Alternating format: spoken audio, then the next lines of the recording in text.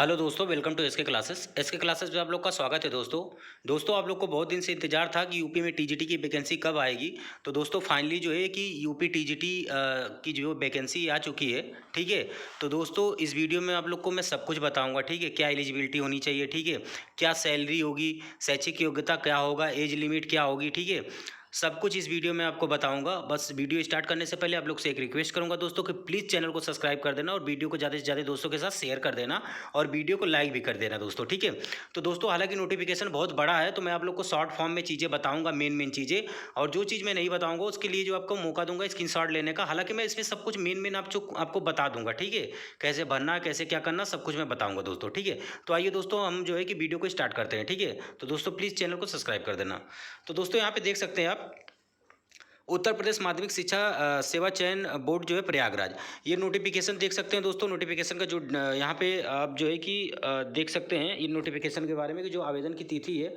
ठीक है, तो यहाँ पे ऑनलाइन आवेदन भाग 1 जो है पंजीकरण प्रारंभ तिथि जो है 9 तारीख से, यानी जो है कि आज से स्टार्ट हो जाएगा दोस्तों। ठीक है, आज से आप अपना फॉर्म जो है अप्लाई कर सकते हैं। और लिखा है कि ऑनलाइन शुल्क जमा करने की जो हेतु जो है प्रारंभिक तिथि जो है ये 9/6 से, ये भी मतलब तुरंत जो है 9/6 से ही स्टार्ट हो जाएगा। ठीक है, ऑनलाइन आवेदन भाग 1 का जो है पंजीकरण की अंतिम तिथि जो है 3 जुलाई तक है। ठीक, यहाँ पे देख सकते हैं दोस्तों 3 जुलाई तक है। ठीक है, उसके बाद ऑनलाइन शुल्क जमा करने की तिथि, अंतिम तिथि क्या है, तो ये 6 जुलाई है। ठीक है दोस्तों, 6 जुलाई है। उसके बाद जो है कि ऑनलाइन आवेदन भाग 2 जो है सबमिट करने की अंतिम तिथि जो है यहाँ पे आप देख सकते हैं दोस्तों 9 जुलाई तक है। ठीक है, तो ये फॉर्म जो है 2 भाग में भरा जाएगा, भाग 1 और भाग 2 में। तो आइए दोस्तों, ये हो गई डेट के बारे में। अब देख लेते हैं कि क्या एलिजिबिलिटी क्राइटेरिया है, क्या इसकी वैकेंसी है, सब कुछ इसमें देखते हैं।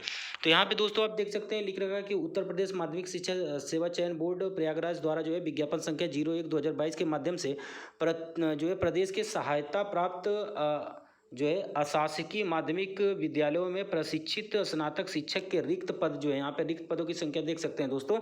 तो 3539 पदों के जो है विषयवार वर्गवार जो है बालक बालिका संस्था हेतु जो है अनारक्षित व जो है आरक्षित श्रेणी रिक्तियों का जो है विवरण सारणी 01 में दिया गया है। ठीक है, इसके सापेक्ष चयन हेतु जो है भारत के नागरिकों से ऑनलाइन आवेदन आमंत्रित किए जाते हैं। ठीक है, ऑनलाइन आवेदन करने के जो संदर्भ में अभ्यर्थियों से अनुरोध है कि वे निम्नलिखित निर्देशों का भली भांति अध्ययन कर लें एवं तदनुसार जो है आवेदन करें।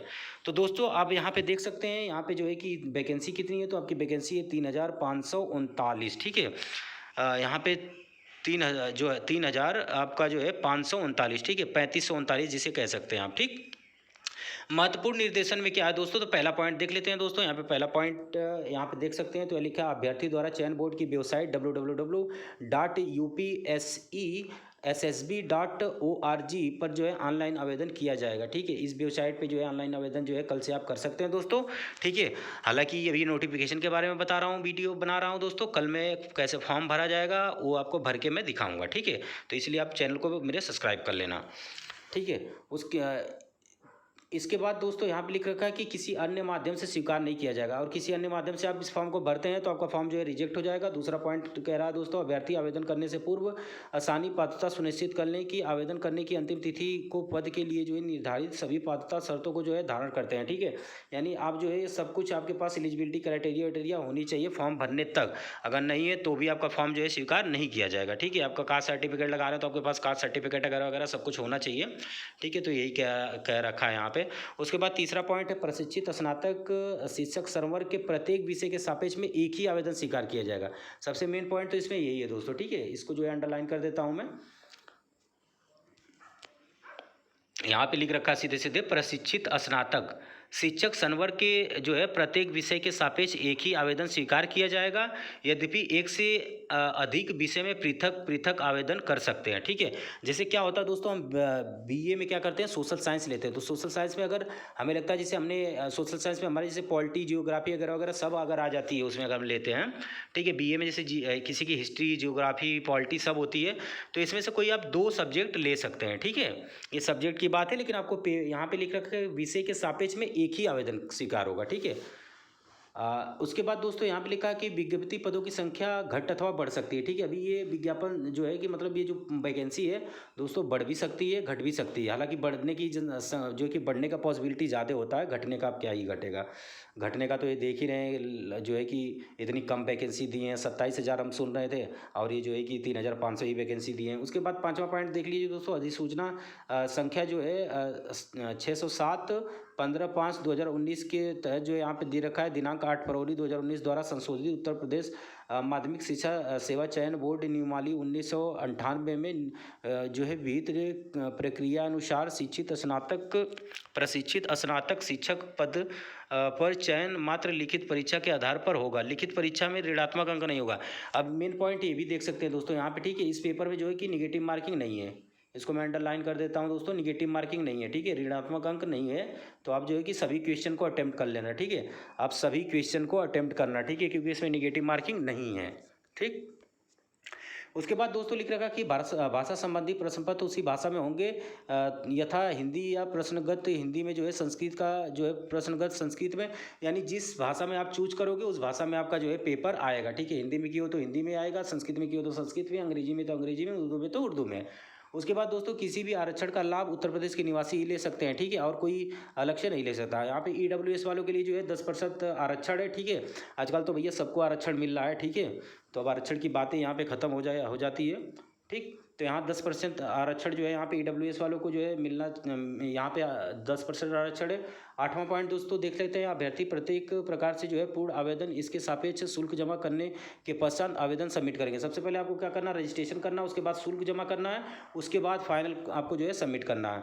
ठीक है, और ये दिनांक जो है 9 जुलाई तक आपको जो है फॉर्म को सबमिट कर लेना, अदरवाइज उसके पश्चात जो है आवेदन स्वीकार नहीं किया जाएगा। ठीक है, अगर आप पेमेंट भी कर दिए उसके बाद फाइनल सबमिट नहीं किए तो आपका फॉर्म जो है रिजेक्ट हो जाएगा, आपका फॉर्म स्वीकार नहीं किया जाएगा। तो आपको 9 जुलाई तक जो है अपना फॉर्म सब कुछ सबमिट कर लेना। उसके बाद 9वां पॉइंट दे रखा है, आवेदन जो है ऑनलाइन आवेदन अंतिम रूप से जो है सबमिट करने के पश्चात उसमें किसी भी प्रकार का संशोधन नहीं किया जाएगा। एक बार फॉर्म सबमिट हो गया तो किसी भी प्रकार का संशोधन नहीं किया जाएगा। सभी सूचनाएं पूर्ण सावधानी से भरें एवं जो है अंतिम रूप से आवेदन सबमिट करने से पूर्व भरी भांति उस सूचनाओं को सत्यापन कर लें, खुद जांच लें। ठीक है, उसके बाद दोस्तों 10वां पॉइंट है, लिखित परीक्षा केंद्र परिसर के अंदर जो है मोबाइल फ़ोन, अगर जो परीक्षा होगा उसमें जो है मोबाइल फ़ोन वगैरह आप नहीं, कैलकुलेटर नहीं लेके जा सकते। ठीक है, उसके बाद दोस्तों जो पेपर होगा आप देख सकते हैं, ऑनलाइन आवेदन जो होगा, मतलब ऑनलाइन आवेदन में किसी प्रकार की कठिनाई के समाधान हेतु जो अभ्यर्थी प्रत्येक कार्य दिवस में प्रातः जो है 10 बजे से लेकर जो है 5 बजे तक आपका पेपर होगा। चयन बोर्ड के हेल्पलाइन नंबर ये है, ठीक है, इस पर कोई दिक्कत है तो आप संपर्क कर सकते हैं। ठीक, ऑनलाइन आवेदन करने की संबंधी जो है संक्षिप्त अनुच्छेद, ठीक है, ऑनलाइन आवेदन करने के संबंध में अभ्यर्थियों को सूचित किया जाता है कि आवेदन से पूर्व निम्नलिखित निर्देशों का भलीभांति अध्ययन कर लें एवं तत्पश्चात ही आवेदन करें। विज्ञापन से संबंधित लिखित परीक्षा का पाठ्यक्रम ऑनलाइन आवेदन करने हेतु पूर्ण निर्देशित संबंध जो है सामान्य अनुदेश तथा उपलब्ध सभी पदों के सापेक्ष न्यूनतम शैक्षिक अर्हताएँ जो है आदि महत्वपूर्ण सूचनाएं चयन बोर्ड वेबसाइट पर उपलब्ध है। अभ्यर्थियों द्वारा इनका जो है सावधानीपूर्वक जो है अध्ययन अपेक्षित है। मतलब सब कुछ जो है आपको पढ़ लेना, सब कुछ जो है अर्हताएँ हैं, सब कुछ समझने के बाद ही इस फॉर्म को भरना है। ठीक है, यहाँ पे ये कह रहा है तो ये कोई मेन इंपॉर्टेंट चीज़ें नहीं है।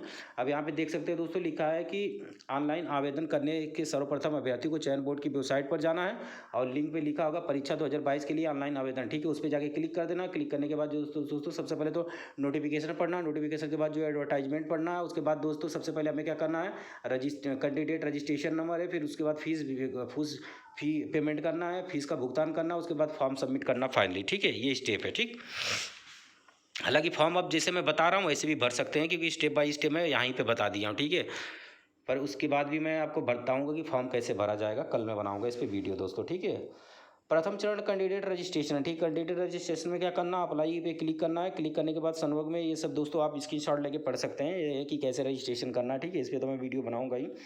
प्लस आप यहाँ पे देख सकते हैं द्वितीय चरण में आपको भुगतान करना है दोस्तों। ठीक है, क्योंकि नोटिफिकेशन बहुत बड़ा है, वीडियो काफ़ी लंबी हो जाएगी। ठीक है, तो दोस्तों ये है। उसके बाद आप देख सकते हैं दोस्तों फ़ी पेमेंट के बारे में आ जाते हैं। तो यहाँ पे आवेदन शुल्क जो है फीस कितनी लगेगी आपकी। ठीक है, तो आरक्षित सामान्य के लिए जो है यहाँ पे दोस्तों टोटल 700 फीस है।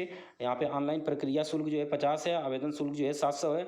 यहाँ पे EWS वालों को दोस्तों इस बार जो है कि फीस में भी छूट मिल रही है। ठीक है, यहाँ पे देख सकते हैं 400 है 50, यानी 450। जितना SC ST की फीस है उतनी ही जो है EWS की भी फीस कर दी गई है। अन्य पिछड़ा वर्ग का जो है कि 750 है। ठीक है, ये अन्य पिछड़ा वर्ग का आपका देख सकते हैं 750 है, ठीक है। तो EWS का आप देख सकते हैं 450 कर दी गई है, जनरल वालों का 750 है। EWS का भी जो है, इसका अन्य पिछड़ा वर्ग OBC का भी जो दोस्तों यहाँ पे 750 है। यहाँ पे अनुसूचित जाति और अनुसूचित जनजाति, अनुसूचित जाति का 450 है, और अनुसूचित जनजाति जो ST के होते हैं उनका जो है 250 है, ठीक है। तो ये दोस्तों हो गई फीस के बारे में, इसका आप स्क्रीनशॉट भी ले सकते हैं दोस्तों, ठीक है। उसके बाद तृतीय चरण में क्या करना है, तृतीय चरण में आपको जो है दोस्तों डॉक्यूमेंट वगैरह वगैरह मांगेगा, ठीक है। यहाँ पे लिखा फॉर्म पर जो है डॉक्यूमेंट जो है रिक्रूटमेंट फॉर्म पर अभ्यर्थी जो है प्रवेश समय सूचनाएं दिखाई देंगी, ठीक है। इस फॉर्म में जो है अभ्यर्थियों को उनकी विशेषता, योग्यता, अर्हताएं, विवरण, अभ्यर्थी किस वर्ग के सापेक्ष है, मतलब वर्ग वगैरह वगैरह, स्थायी पता, व्यवहार, ठीक है, एड्रेस वगैरह वगैरह, इसमें हस्ताक्षर और फोटो को अपलोड करना है थर्ड वाले में, ठीक है। अब दोस्तों अब देख लेते हैं कि फ़ोटो का जो साइज़ है क्या होना चाहिए। तो यहाँ पे दोस्तों देख सकते हैं पॉइंट सी है, अभ्यर्थी को अपनी रंगीन फोटोग्राफ 3.5 सेमी चौड़ा तथा जो है 4.5 सेमी जो है लंबा, तथा हस्ताक्षर जो है 3.5 सेमी चौड़ा और 1.5 सेमी जो है लंबा JPG फॉर्मेट में होना चाहिए दोस्तों, ठीक है। फोटो हस्ताक्षर जो है स्कैन किए हुए इमेज की साइज़ जो है आपका 5 KB से 30 KB के मध्य होना चाहिए, ठीक है। 5 KB से कम भी नहीं होना चाहिए और 30 KB से ज़्यादा भी नहीं होना चाहिए, और अभ्यर्थी का रंगीन फोटोग्राफ निम्न मानकों के अनुरूप होना चाहिए। अब यहाँ पे देख लेते हैं दोस्तों क्या मानक है। अब यहाँ पे फ़ोटो का आकार जो है 35 मिलीमीटर होना चाहिए, ठीक है। मिमी में लिख रखा है, यानी 1.4 इंच में होना चाहिए, ठीक है। इंटू जो है 1.75 इंच, ठीक है, का होना चाहिए। यहाँ पे लिखा है फ़ोटो के लगभग जो है 70% भाग में जो है चेहरा दिखाई देना चाहिए, ठीक है। फ़ोटो बहुत दूर से खींची गई नहीं हो, ठीक है, बहुत दूर से खींची नहीं गई हो दोस्तों, पास से होना चाहिए। चेहरा जो है बहुत छोटा नहीं दिखाई देना चाहिए, ठीक है। चेहरे की पूर्ण छवि जो है स्पष्ट दिखाई जानी चाहिए। चेहरे को जो है अत्यधिक चमक अथवा छाया नहीं होनी चाहिए, ठीक है, ना ही ज़्यादा चमक हो ना ही ज़्यादा छाया हो। चश्मा पहनने की जो है कि चश्मा पहनने की दशा में आंखें साफ दिखाई चाहिए, ठीक है। शीशा रंगीन नहीं होना चाहिए।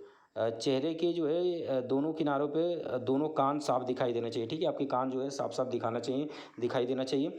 अभिव्यक्ति तटस्थ हो, ठीक है, आंखें खुली मुंह बंद हो, नज़र कैमरे पर सीधी हो। फोटो की पृष्ठभूमि सफ़ेद या हल्के रंग की होनी चाहिए, ठीक है। जो पृष्ठभूमि है सफ़ेद या हल्के रंग की होनी चाहिए दोस्तों, ठीक है। उसके बाद दोस्तों यहाँ पे D है, तत्पश्चात अभ्यर्थी को उसके द्वारा आवेदन भरी गई सूचनाओं के सत्यापन की घोषणा जो है करनी होगी। फॉर्म के निचले हिस्से में जो है घोषणा पत्र दिखाई देगा, इसमें जो है अभ्यर्थी को यस करना है। यस करने के बाद जो है तत्पश्चात अभ्यर्थी को आवेदन में पूरी सूचनाओं को मतलब अंतिम जो है प्रिंट कर देना, ठीक है। प्रीव्यू देख के उसे सबमिट कर देना फाइनली। नोट में लिख रहा था अभ्यर्थी द्वारा जो है समस्त सूचनाएं सही निर्देश ऑनलाइन भरकर आवेदन फॉर्म का यह दूसरा भाग जो है निर्धारित अंतिम तिथि तक जो है सबमिट नहीं किए जाने की दशा में जो है फॉर्म अप्रूव्ड माना जाएगा। यानी जब तक आप फाइनली सबमिट नहीं करते तब तक आप फीस जमा करने के बाद भी आपका फॉर्म अप्रूव्ड रहेगा, ठीक है। तो उसके बाद दोस्तों रिक्त, यहाँ पे लिख रखा है कि रिक्त पद, ठीक है। रिक्त पद के बारे में जान लेते हैं दोस्तों। यहाँ पे लिखा है उपयुक्त विज्ञापन संख्या 01/2022 द्वारा जो है विज्ञापित प्रशिक्षित स्नातक शिक्षक के रिक्त कुल जो है 3539 पदों के मतलब 3539 पदों के सापेक्ष सहायता प्राप्त अशासकीय माध्यमिक विद्यालयों द्वारा चयन बोर्ड को प्रेषित अधियाचनों का जो है विषयवार, वर्गवार, बालक बालिका, आरक्षित जो है अनारक्षित श्रेणीवार सारणी संख्या 01 में विहित है, ठीक है। अब यहाँ पे वही सीमा देख लेते हैं दोस्तों, ठीक है। आपकी उम्र जो है 21 साल से कम नहीं होनी चाहिए और 40 साल से ज़्यादा नहीं होनी चाहिए। अगर SC ST स्टूडेंट है तो उनको जो है कि एज में 5 साल का रिलैक्सेशन है। OBC को 3 साल का, एक सर्विसमैन को भी 3 साल का होता है, ठीक है दोस्तों। OBC को जो है 3 साल का रिलैक्सेशन मिलेगा, SC ST को 5 साल का रिलैक्सेशन मिलेगा, और आपको उसके बाद एक सर्विसमैन को जो है 3 साल का मिलता है, ठीक है दोस्तों। तो ये हो गया। अब CSC की व्यवस्था में क्या, अध्यापक की किसी पद पर नियुक्ति के लिए जो है अभ्यर्थी को इंटरमीडिएट अधिनियम जो है 1921 के अधीन बनाई गई नियमावली के अध्याय 2 के नियम 1 में विनिर्दिष्ट अर्हताएँ होनी चाहिए, ठीक है। उक्त के अतिरिक्त समय समय पर जो है प्रख्यापित हुए संशोधनों एवं जो है राजज्ञाओं द्वारा जो है आवेदन की अंतिम तिथि तक संशोधित यथा परिवर्धित योग्यताएं भी मान्य होंगी, ठीक है। उपलब्ध सभी पदों के सापेक्ष न्यूनतम शैक्षिक अर्हताएं सारणी 02 में संलग्न है, ठीक है। इस पर हमें ध्यान नहीं देना दोस्तों।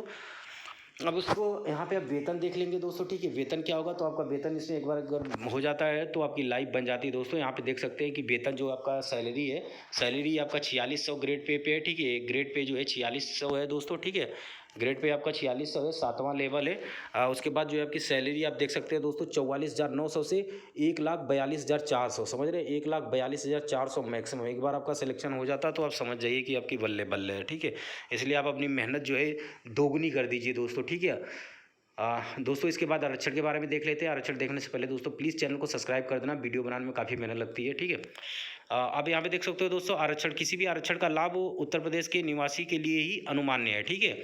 आरक्षण जो है सिर्फ उत्तर प्रदेश के निवासी ले सकते हैं। अगर अनुसूचित जाति, अनुसूचित जनजाति और समाज के अन्य पिछड़े वर्ग रिक्तियों की संख्या जो है विद्यालय प्रबंधन द्वारा जो है तंत्र द्वारा जो है यहाँ पे देख सकते हैं दोस्तों अवधारित तथा जो है जिला विद्यालय निरीक्षक द्वारा जो है ऑनलाइन अग्रसारित अध्याचनों के अनुसार है, ठीक है। उसके बाद 36 आरक्षण के अंतर्गत आने वाले आरक्षित पदों यथा जो है भूतपूर्व सैनिक, स्वतंत्रता संग्राम वगैरह वगैरह के बारे में भी यहाँ पे जो है आरक्षण है। भूतपूर्व सैनिकों के लिए जो है 5% और दिव्यांग के लिए 4% जो है आरक्षण यहाँ पे होता है दोस्तों, ठीक है। अगर आरक्षण आप दिखा रहे हैं तो आपको आरक्षण का सर्टिफिकेट भी होना चाहिए। अगर SC/ST है तो आपके पास SC/ST का सर्टिफिकेट होना चाहिए। OBC है तो OBC का, EWS है तो EWS का, और एक सर्विसमैन है तो एक सर्विसमैन का आपके पास सर्टिफिकेट होना जरूरी है। अदरवाइज आपका जो है बाद में डिस्क्वालीफाइड कर दिया जाएगा आपको, ठीक है। भूतपूर्व सैनिकों के बारे में यहाँ पे दे रखा है दोस्तों, आप जो है कि स्क्रीनशॉट ले लें, क्योंकि जो है कि वीडियो काफ़ी लंबी हो रही है। स्वतंत्रता संग्राम के बारे में भी, जो स्वतंत्रता संग्राम से रिलेटेड है वो भी यहाँ पे स्क्रीनशॉट ले लें, और जो शारीरिक रूप से विकलांग है वो भी यहाँ पे स्क्रीनशॉट ले लें, ठीक है।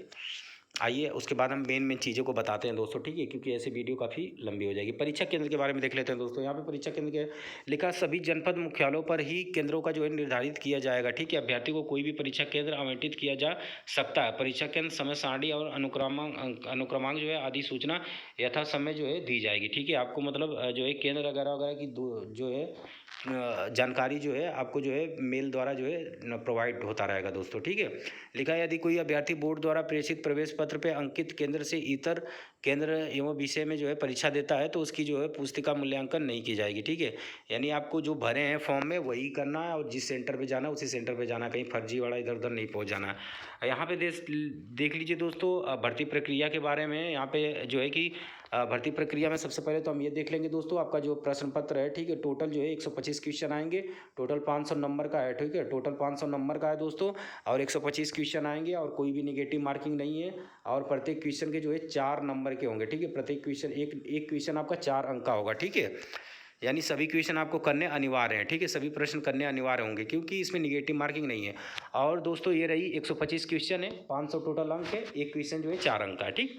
उसके बाद जो है समय अवधि देख लेते हैं, तो आप जो है 2 घंटे का पेपर होगा, ठीक है। आपका पेपर जो है 2 घंटे का होगा। और यहाँ पे प्रश्न का स्वरूप जो है सभी प्रश्न जो है बहुविकल्पीय होंगे दोस्तों, ठीक है। यहाँ पे लिख रखा है उत्तर के गोले को उत्तर में जो है काली स्याही बाल पेन से भरना, ठीक है। यानी आपको जो है कि आपको बाल पेन लेके जाना है, मोटा वाला, मोटे छर्रे वाला, ताकि आपको बबल करने में आसानी रहे, गोला भरने में, ठीक है। यहाँ पे लिखा है चयन हेतु मेरिट, यहाँ पे मेरिट लिख रखा है। तो यहाँ पे लिखा है कि लिखित परीक्षा के आधार पर अभ्यर्थियों द्वारा प्राप्त अंकों के आधार पर प्रशिक्षित स्नातक शिक्षकों के चयन हेतु जो है उत्तर प्रदेश माध्यमिक शिक्षा चयन बोर्ड नियमावली 1998 के नियम 12(8) के अनुसार विज्ञप्ति रिक्तियों, यहाँ पे रिक्तियों की संख्या से अधिक जो है किंतु 25% से अधिक की समझती पैनल लिस्ट मेरिट क्रमानुसार तैयार की जाएगी, ठीक है। तो उसके बाद दोस्तों संस्था आवंटन है, इसके बारे में यहाँ पे आप देख सकते हैं। उसके बाद दोस्तों अभ्यर्थी हेतु सामान्य अनुदेश क्या है, जो प्रशिक्षित स्नातक रिक्त पद को नियुक्ति के लिए जो है नियुक्ति के लिए ऐसा पुरुष अभ्यर्थी पात्र न होगा जिसकी 1 से अधिक पत्नियां हों। मतलब यहाँ पे दे रखा है कि अगर आप 1 से 2 शादियाँ कर रखे हैं तो आपकी जो है 2 या 2 से अधिक, मतलब 1 से अधिक शादी कर रखे हैं तो आपका जो है आप जो है पेपर नहीं दे पाएंगे, ठीक है। आपका फॉर्म ऐसे ही रिजेक्ट हो जाएगा। कोई भी मतलब आप डॉक्यूमेंट वेरिफिकेशन में ऐसे ही छट जाएंगे। कोई भी अभ्यर्थी जो है मानसिक रूप से अगर दिक्कत है उसको, तो उसका भी जो है फॉर्म रिजेक्ट हो जाएगा, ठीक है। यहाँ पे ये दे रखा है। तो ये हुई दोस्तों। उसके बाद इसका स्क्रीनशॉट ले लेना आप लोग। हालांकि ये कोई इंपॉर्टेंट चीज़ नहीं है, मैं इंपॉर्टेंट चीज़ तो आप लोग को बता ही रहा हूँ। यहाँ पे अभ्यर्थियों के लिए जो है महत्वपूर्ण अनुदेश है। ऐसे अभ्यर्थी जो आवेदन करने की अंतिम तिथि तक वांछित अनिवार्य अर्हता नहीं रखते हैं, वे इस परीक्षा में जो है आवेदन न करें, क्योंकि पात्र नहीं होंगे। अगर आपको लगता है जैसे आप कुछ लोग बीएड कर रहे हैं, अगर इस डेट तक आपका बीएड कंप्लीट नहीं होता है तो वो फॉर्म नहीं भरें, ठीक है। क्योंकि चीज़ें जो है मतलब बाद में क्या आता है, रिजेक्ट कर देते हैं, ठीक है। तो आपका जो है कि दोस्तों पेपर हो के रिजल्ट वगैरह वगैरह आ जाना चाहिए, ठीक है। किसी भी अभ्यर्थियों को आवेदन पत्र में गलत तथ्य प्रस्तुत करने पर जिनके प्रमाण पत्र के आधार पर पुष्टि नहीं की जा सकती है अथवा किसी अनाचार कदाचार किसी महत्वपूर्ण सूचना अगर छुपा रहे हैं तो भी आपका जो है कि आपका फॉर्म जो है रिजेक्ट कर दिया जाएगा दोस्तों। ठीक है, आइए दोस्तों, ये है चीज़ें कुछ हाई स्कूल अथवा समकक्ष उत्तीर्ण परीक्षा के प्रमाण पत्र अंकित जन्म तिथि जो है आपका जो है डेट ऑफ बर्थ जो है दोस्तों हाई स्कूल के उस पे अंक पे हाई स्कूल के मार्कशीट पे ही आधारित होगी, हाई स्कूल के हिसाब मतलब मार्कशीट के हिसाब से। ठीक है, तो हालांकि ये तो आप लोग कितनी बार फॉर्म भरते हैं आप लोग इतना जानते ही होंगे सब चीज़ें। तो दोस्तों ऑनलाइन सबमिट करने की अंतिम तिथि जो है यहाँ पे देख सकते हैं 9 जुलाई है, और स्टार्ट जो है आपका जो है दोस्तों देख सकते हैं यहाँ पे 6 जुलाई जो है अंतिम तिथि है, और शुल्क जमा करने की फीस जमा करने की 6 जुलाई है, और फॉर्म को फाइनल सबमिट करने की 9 जुलाई है। ठीक है, आवेदन से पूर्व अभ्यर्थी हो तो महत्वपूर्ण निर्देश, अभ्यर्थियों के अनर्ह होने के संबंध में चयन बोर्ड का निर्णय अंतिम होगा। ठीक है, उसके बाद उत्तर प्रदेश के आरक्षित श्रेणी के सभी अभ्यर्थियों आवेदन अपने आरक्षण श्रेणी का आवश्यक अंकित करें। ठीक है, जिस भी SC ST से हैं तो अपना अंकित करें वहाँ पे चीज़ें कि हम इस चीज़ें से बिलोंग करते हैं। ठीक है, इस कैटेगरी से बिलोंग करते हैं। यहाँ पे SC ST OBC अन्य पिछड़ा वर्ग और स्वतंत्रता संग्राम के बारे में यहाँ पे प्रमाण पत्र आपका मान्य होगा, आपको वही सर्टिफिकेट जो है आपका होना चाहिए। ठीक है, अगर आप दावा करते हैं कि हम SC ST से बिलोंग करते हैं, EWS से बिलोंग करते हैं, ये सब चीज़ें, तो आपके पास प्रमाण पत्र सर्टिफिकेट होना चाहिए। अब दोस्तों उत्तर प्रदेश के जाति अनुसूचित जनजाति के लिए जो जाति प्रमाण पत्र है प्रारूप जो है ये है। ठीक है, इसका स्क्रीनशॉट ले लें, इसी हिसाब से आपका जो है जाति प्रमाण पत्र होना चाहिए। ठीक है, सेम इसी तरह जैसे यहाँ पे लिख रखा है सुपुत्र सुपुत्री, आपका नाम, निवासी ग्राम, कहाँ कहाँ का, उत्तर प्रदेश राज्य, जिला वगैरह वगैरह यहाँ लिख रखा है 1967 के अनुसार अनुसूचित जनजाति, ऐसे करके सेम इसी फॉर्मेट में आपका होना चाहिए। अगर ऐसे फॉर्मेट में नहीं तो आप इसको जो है बनवा लें। ठीक है, उत्तर प्रदेश में पिछड़े वर्ग, अभी यहाँ पे अन्य पिछड़े वर्ग मतलब OBC वालों के लिए भी ये है। ठीक है, ये फॉर्मेट है कास्ट सर्टिफिकेट का। ठीक है, तो आप भी दोस्तों ये स्क्रीनशॉट ले लें इसका। ठीक है, इसी फॉर्मेट में अगर आपके पास है तो कोई दिक्कत नहीं तो आप नया जो है कि कास्ट सर्टिफिकेट बनवा लें दोस्तों। ठीक है, उसके बाद यहाँ पे देख सकते हो दोस्तों विकलांगों के लिए प्रमाण पत्र, विकलांगों के लिए ये प्रमाण पत्र होगा इसी फॉर्मेट में बनवाना है। ठीक है, तो वो भी इसका स्क्रीनशॉट लेके रख लें, जो भी जो कैंडिडेट मतलब फिजिकली विकलांग हैं तो वो। उत्तर प्रदेश में स्वतंत्रता संग्राम के लिए दोस्तों यहाँ पे देख सकते हैं कि इस फॉर्मेट में आपके पास सर्टिफिकेट प्रमाण पत्र होना चाहिए। ठीक है, तो अभी इसका स्क्रीनशॉट ले लें जो भी स्वतंत्रता संग्राम से बिलोंग करते हैं। ठीक है, राज्य की टीम के माध्यम से जो राष्ट्रीय स्तर के जो खेल कूद के हैं उनके पास भी ऐसे प्रमाण पत्र होना चाहिए। खिलाड़ी के लिए जो प्रमाण पत्र प्रारूप जो है इस फॉर्मेट में होना चाहिए, आप भी स्क्रीनशॉट लेके रख सकते हैं जो खिलाड़ी से संबंधित है। अब दोस्तों आइए यहाँ पे सारणी वाइज देख लेते हैं, यहाँ पे जो है सब्जेक्ट वाइज वैकेंसी क्या है। तो यहाँ पे दोस्तों देख सकते हैं कि सब्जेक्ट इंग्लिश में जो है कि वैकेंसी है टोटल 511। ठीक है, जिसमें जनरल की 275 है, OBC की 156 है, और SC की जो है 69 है, और ST की जो है दोस्तों यहाँ पे 1 है। ठीक है, उसके बाद हिंदी में देख सकते हैं दोस्तों जनरल में 294 है, OBC में 125 है, SC में जो है 89 है, और ST में जो है 1 है। ST की तो मतलब वैकेंसी ख़त्म है भैया यहाँ पे। ठीक है, तो ये दोस्तों वैकेंसी वाइज है, तो आप देख सकते हैं टोटल यहाँ सामाजिक विज्ञान मतलब सोशल साइंस है। ठीक है, यहाँ SST सोशल साइंस वालों का यहाँ पे देख सकते हैं दोस्तों बड़ी कम वैकेंसी है सोशल साइंस वालों का, 337 वैकेंसी, जो कि सोशल साइंस में मैक्सिमम बच्चे होते हैं, और यहाँ पे सोशल साइंस की वैकेंसी सबसे कम है 337 है टोटल, आप देख सकते हैं यहाँ पे, जो कि कम से कम सोशल साइंस की तो सबसे ज़्यादा होनी चाहिए थी, क्योंकि सोशल साइंस से बहुत लड़के बिलोंग करते हैं, मतलब बहुत लड़के सोशल साइंस लेते हैं BA वगैरह वगैरह में। संस्कृत से यहाँ पे 264 वैकेंसी है दोस्तों, इसका स्क्रीनशॉट आप लेके रख लो। ठीक है, यहाँ पे संस्कृत से जो है दोस्तों 164 है, 264 है, और यहाँ पे शारीरिक शिक्षा से जो है टोटल वैकेंसी 157 है। विज्ञान वर्ग वाले की जो वैकेंसी 499 है, गृह विज्ञान की 139 है आपका, और कला में जो है 132 है, और वाणिज्य में 38 है, और संगीत गायन में जो है 7 है, कृषि में 47 है, जीव विज्ञान में 49 है, उर्दू में जो है आपका यहाँ पे 12 है, और संगीत वादन में जो है आपका 4 वैकेंसी। ठीक है, टोटल जो है यहाँ पे दोस्तों ये मेल कैंडिडेट के लिए है, पर ये मेल कैंडिडेट के लिए, फीमेल के लिए भी मैं बताता हूँ नीचे। यहाँ मेल कैंडिडेट के लिए टोटल 3213 पोस्ट है, और अब यहाँ पे बालिका वर्ग के लिए हो गया दोस्तों। ठीक है, बालिका वर्ग के लिए यहाँ पे हो गया, तो यहाँ पे इंग्लिश में जो है 46 है, हिंदी में जो है 48 है, गणित में जो है 25 है, सामाजिक विज्ञान में 46 है, संस्कृत में जो है आपका 27 है, शारीरिक शिक्षा में 13 है, विज्ञान में 41 है, और गृह विज्ञान में 40 है, कला में आपका यहाँ पे 16 है, संगीत गायन में 16 है, जीव विज्ञान में 1 है, उर्दू में 1 है। ठीक है, उसके बाद जो है कि संगीत वादन में 6 है। टोटल वैकेंसी बालिका वर्ग में जो दोस्त 326 है। हालांकि दोस्तों सीटें बहुत खाली थी पर इन्होंने सीटें बहुत कम दिया, ठीक है। कम से कम 27,000 की मांग कर रहे थे बच्चे की, 27,000 टीजीटी पीजीटी में वैकेंसी खाली है। तो अगर आप 27,000 ना दिए तो कम से कम 10,000 तो एटलीस्ट पूरा करते। पर इन्होंने वैकेंसी एक ऐसे ही है कि एक चॉकलेट थमा दे रहे हैं बच्चों को, यही चीज़ें हैं, ठीक है। उसके बाद दोस्तों यहाँ पे सारणी संख्या में आप प्रशिक्षित स्नातक जो है शिक्षक पद हेतु जो है शैक्षिक अर्हताएँ देख लीजिए दोस्तों, ठीक है। कक्षा 9 के लिए यहाँ पे कक्षा 9 से 10 के लिए जो है माध्यमिक शिक्षा सेवा चयन बोर्ड अधिनियम जो है एवं नियमावली के जो है अध्याय 2 का परिशिष्ट क में जो है निर्दिष्ट सहायक प्राप्त जो है अशासकीय माध्यमिक विद्यालय में प्रशिक्षित स्नातक शिक्षक की नियुक्ति हेतु न्यूनतम अर्हताएँ जो है आप यहाँ पे देख सकते हैं दोस्तों। सबसे पहले तो आपका बीएड होना चाहिए, ठीक है। आपके पास बीएड तो होना चाहिए, उसके समकक्ष कोई इक्विवेलेंट डिग्री होनी चाहिए, ठीक है।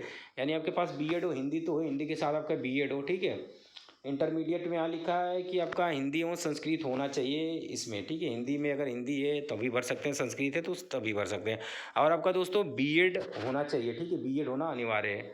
उसके बाद दोस्तों यहाँ गणित में देख सकते हैं कि बीए अथवा बीएससी और प्लस जो है कि यहाँ पे देख सकते हैं दोस्तों बीएड होना जरूरी है, ठीक है। तो इसका भी स्क्रीनशॉट लेते चलिए दोस्तों साथ साथ, ठीक है। गृह विज्ञान में गृह विज्ञान अगर आ तो होगा, यानी आपको बीएड सबसे अनिवार्य है, आप बीएड करे होने चाहिए। अब इसका स्क्रीनशॉट भी ले सकते हैं दोस्तों, वीडियो पॉज करके खुद भी देख सकते हैं, ठीक है। क्योंकि इसमें बस मेन चीज़ें तो मैंने आपको बता ही दिया दोस्तों, ठीक है। अंग्रेजी में अंग्रेजी होना चाहिए प्लस बीएड होना चाहिए या उससे रिलेटेड आपके पास होना चाहिए। तो दोस्तों इसको स्क्रॉल करते जा रहा हूँ, आप खुद जो है इसको आप जो है कि देख लेना दोस्तों, ठीक है।